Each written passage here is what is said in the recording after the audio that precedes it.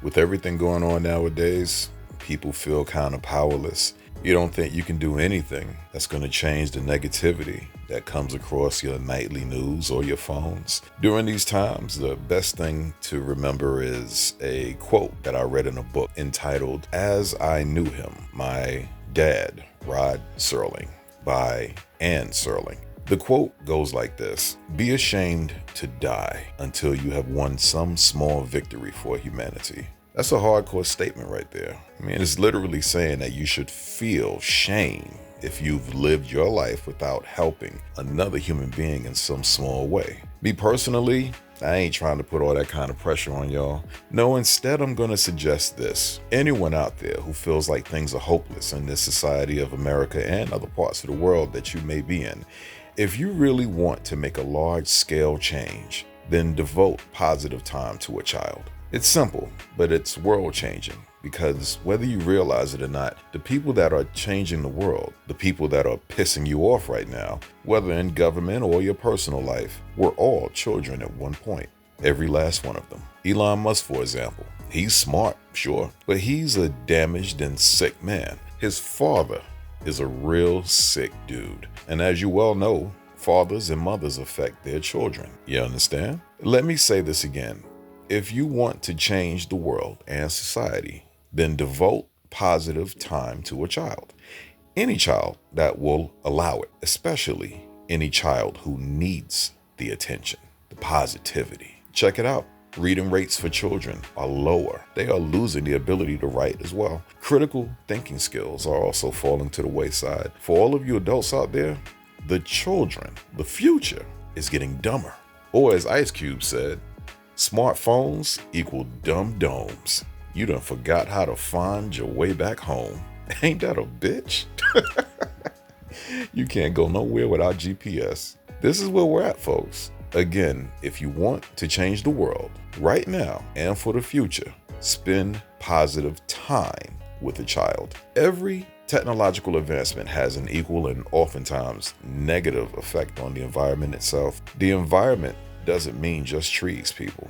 We are a part of the environment just as much as the animals. Parents, you knew just giving your kids the iPad or the smartphone and then sending them away from you was lazy and irresponsible.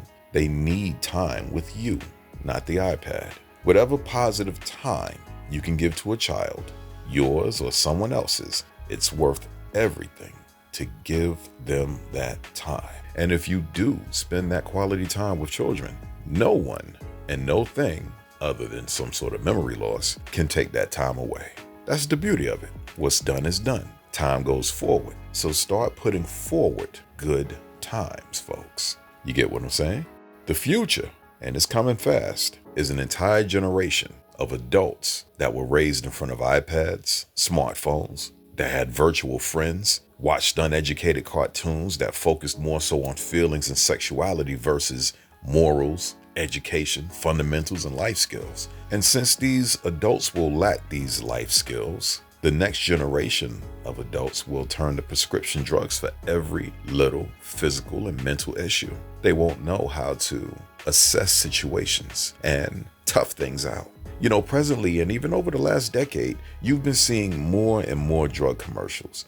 And these drugs have ridiculous side effects like kidney and liver damage, erectile dysfunction and loss of sexual drive, and of course, thoughts of suicide. Yes, YouTube, I said that shit. The list of side effects are way longer than that, but it doesn't matter because no one is forcing you to take these drugs, folks.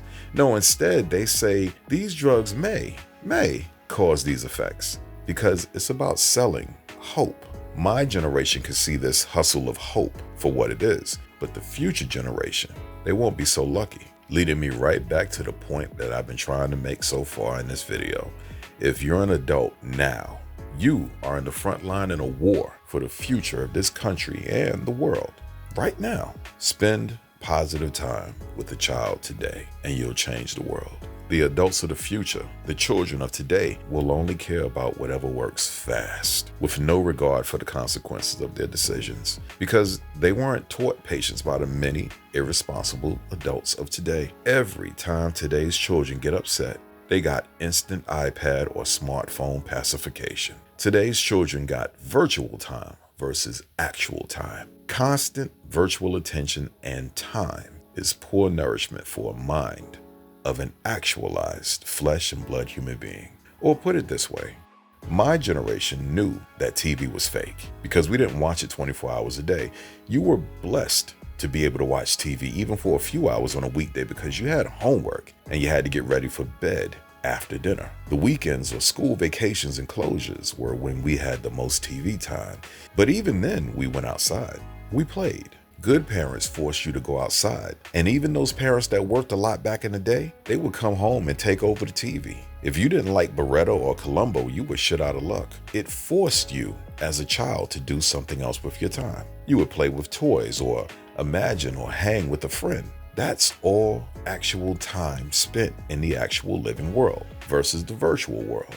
If you ever see that movie Ready Player One, you see that in the virtual and video game world, these kids were anything they imagined themselves to be. But in the actual world, the world looked like shit. Because if you ignore the real world, where real life and death happen, then you are going to suffer with the real world as well. What you put into the real world is what you're going to get back. But what I'm saying here takes critical thinking. Discernment means that you can see what's good or bad for you. My generation created video games and we turned out fine because we still went outside. We still socialized. Atari could not compete with the first kiss or the first time you got a girlfriend.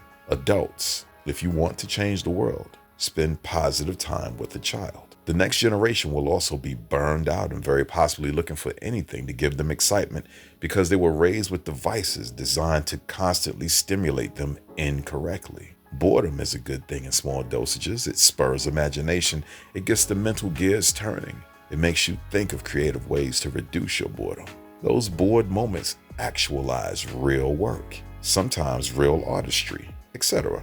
But when you're used to being stimulated and then it's gone, you're missing the dopamine rush and your body shifts. You're not just bored, you're bored perpetually, meaning it never ends until you get your quote-unquote fix. Without your fix, you begin to feel less joy, less excitement, less care, apathy.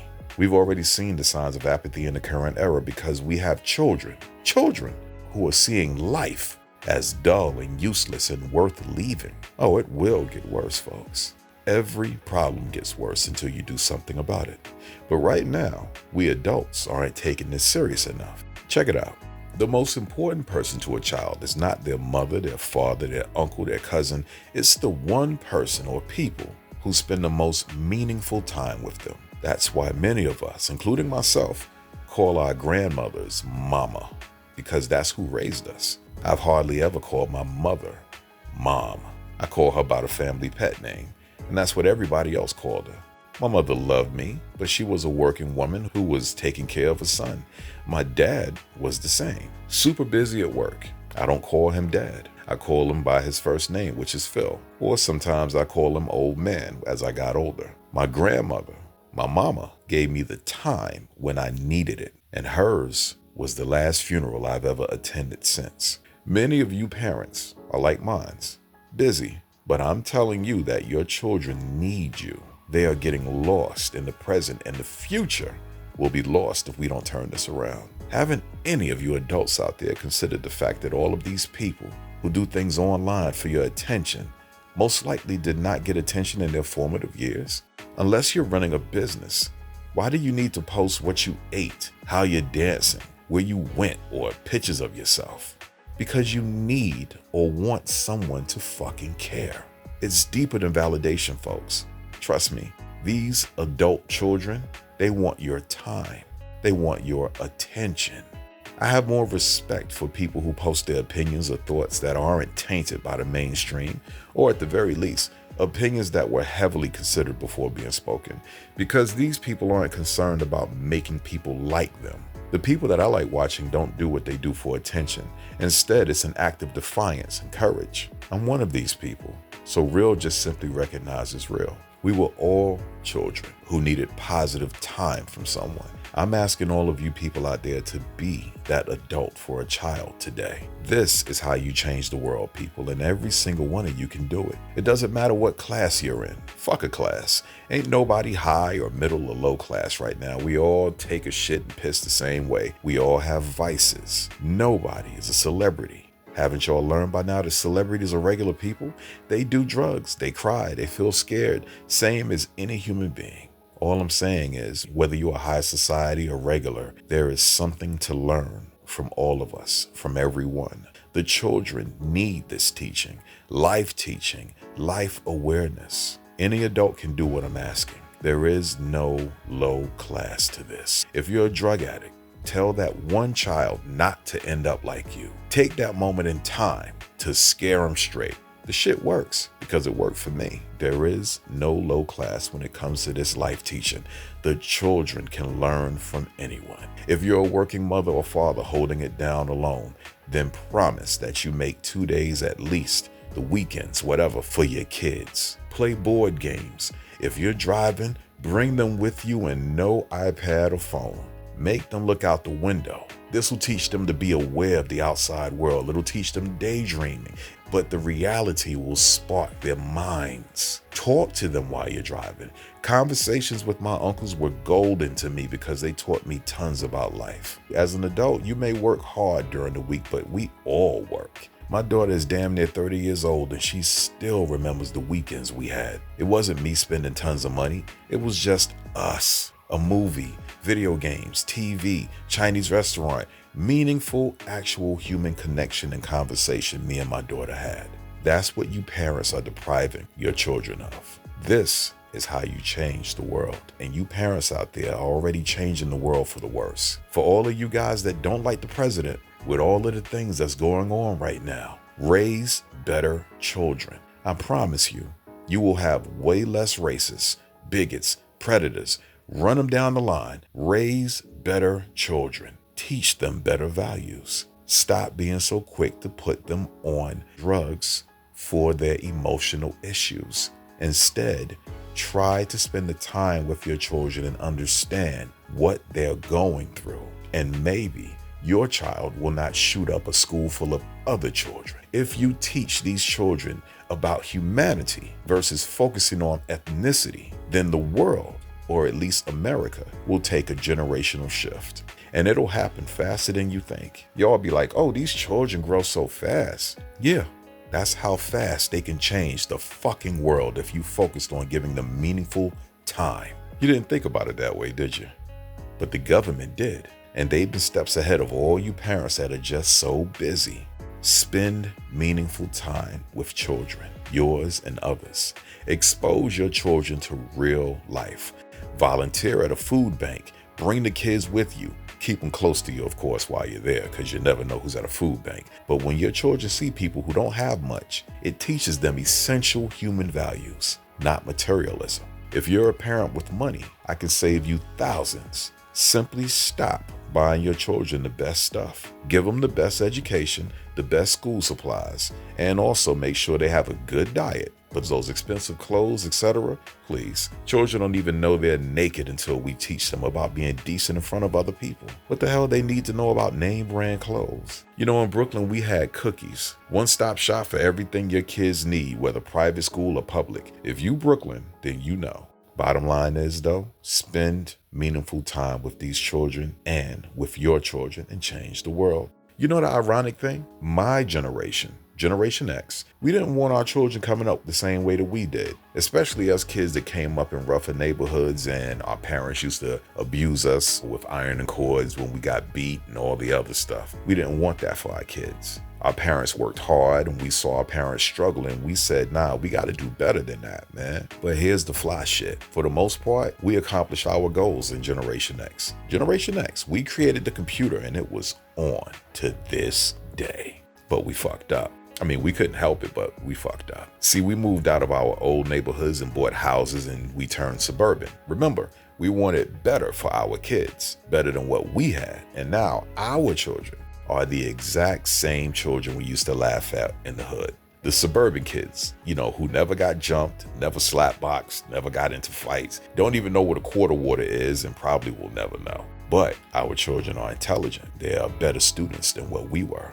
But their life skills, they aren't observant. They don't have those valuable street skills because it's suburbia. It's a better neighborhood. They don't need to watch out. My son is 12. I saw this problem early. And like a concerned adult and parent, I taught him how to box. I made sure that 3 days out of the week, he wrote his alphabet in script and block capital. And then when his right hand was good, I said, start writing with your left. This works both sides of the brain. The whole point was, be better than me. Now he can write with both hands, though his left is slower because he hasn't mastered it. But you can clearly see his sentences with the left hand, script and block capital. I made him do this. I challenged him from young before he gained the balls of adolescence. I caught him while he was still a sponge, folks, because that's what the iPads and the phones are doing. My son runs, he jumps, he's active, he reads because I'm a reader. So I gave him my books, and any word he didn't know, that's the new vocabulary word for the day. I keep dictionaries in the house because that's how I learned. If you learn the dictionary, you can talk to anyone about anything. The most intelligent people that speak English use words found right in the dictionary. And FYI, there was a time that as a kid, I couldn't read. My mother put that book in front of me and pretty much changed everything. Video games, my son gets 2 hours Friday, Saturday, and Sunday. So 2 hours for each of those days. On Sunday, he has to clean his room. And if he's late cleaning his room, every minute that he's late, that's time lost from his video game time. Best believe he takes that Sunday seriously. Extra video game time is earned if during training he does really good. And we train 3 times a week for, physical activity, boxing, exercise, etc. And my son is homeschooled. He does honors chemistry and 10th grade schoolwork. And once again, I'm going to tell you, he's 12 years old. So if I put him in a regular school, gifted program or not, if you ain't stimulating his mind, then he's going to act out like any kid with 12-year-old energy. So regular school is not going to cut it for my son. He learns online using a website called Acellus. And this happened ever since COVID, because as an adult, I looked at the COVID response to schools and I felt that that was a terrible thing to do to children, to make them put on masks and talk through these masks and all of this other stupidity they were doing at the time. And I pulled the trigger. I said, you know what? I'm taking him out of regular school. My son knows cosmology, chemistry, beginner's physics, and beginner's quantum physics. He knows atomic and subatomic particles by name and their structures. And if you think all of that is impressive, I'm letting you guys know that unless your child has a severe learning disability, my son is not doing anything that your children were incapable of doing. Do you understand what I'm saying? Every single child can do what my son is doing unless your child has a severe learning disability. You know what piqued me on to the game? Years ago, I was watching a documentary, and the documentary was showing how young children learn language so fast. And they were saying because the mind of a child is pliable, all of the information that you're giving them, this brand new language, is naturally taken in. There's no resistance. You understand? It's harder to teach language once a child gets to be an adolescent and an adult, because now they're into their own minds, etc. So I thought, just by watching that documentary, I said, well, you know what? If a child can easily learn a brand new language, then there's no reason that they can't learn physics. There's no reason that they can't learn math. There's no reason that they cannot take any information that you give them and learn it and understand it. Because I don't know if you guys know this or not, but learning a new language is very complex. So why can't they do other things that people think are complex? My daughter is also very intelligent. She was skipped twice in school. We made sure that we took advantage of the sponge stage. Do you understand what I'm saying? That is a secret right there. And as I said earlier, the iPads, the iPhones, and your government knows it. I also make sure I cook and make sure my son and my family eat healthy. And he has pizza day once a week. He drinks water for the most part and occasionally fruit juice. With all of this being said, folks, sounds like I'm doing my thing, right? Yeah. All I did was devoted the fucking time to my children. I saw the potential problem with putting my kid in front of the TV, the iPad, junk food, fast food, everything this government has been placing in front of us all. And as an adult, or as they call us in schools and family court, a child guardian, I saw how all of these things would not serve my best interests nor my children. That's wisdom. That's discernment. That's thinking long term. Hustling forward, not backwards, folks. And this is the most sobering fact of all. None of this that I'm doing guarantees that my son or my daughter won't get hurt or killed by some asshole cop or crazy person, or even some kid that's having a bad day on his meds because his parents didn't choose to spend time and try to figure out his issues. There's no guarantees, people, but every child is worth the time and the effort. They deserve a chance. That's all I'm trying to do with every bit of love and life I've got left. Without a shadow of a doubt, these children are worth everything we have. They come from the universal God, but they are ours to raise. And if we become more responsible adults, and yeah, that means put down the weed, folks, and clean yourselves up, clean your diets up, everything. Clean yourself up in all ways. Well, my son is Generation Alpha, 12 years old. That means all of you other parents of Generation Alpha have children the same age.